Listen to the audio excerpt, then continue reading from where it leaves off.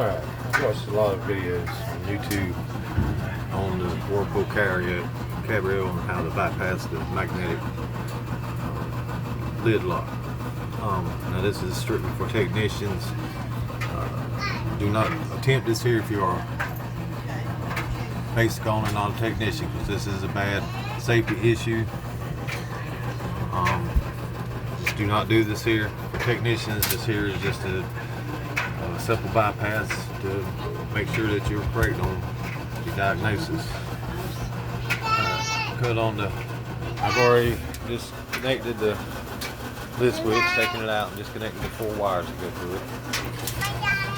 Alright, cut the power on. Mash the start button. Now, the red light is flashing for the lock. So you go back here. Blue and white's tied together. And now you take your jumper wire and go to the red.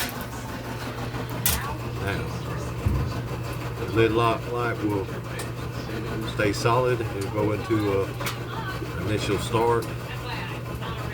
This takes a couple seconds. Go through a couple of routines real quick, and then the once it does that,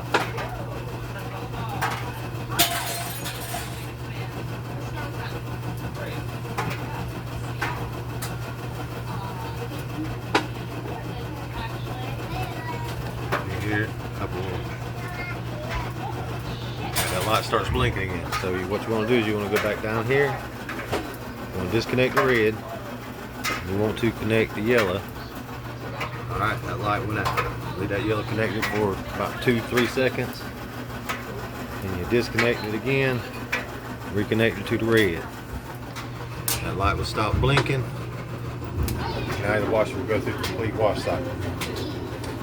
It's all about pulling that board. And yeah. A little bit of patience, so that's how they do it.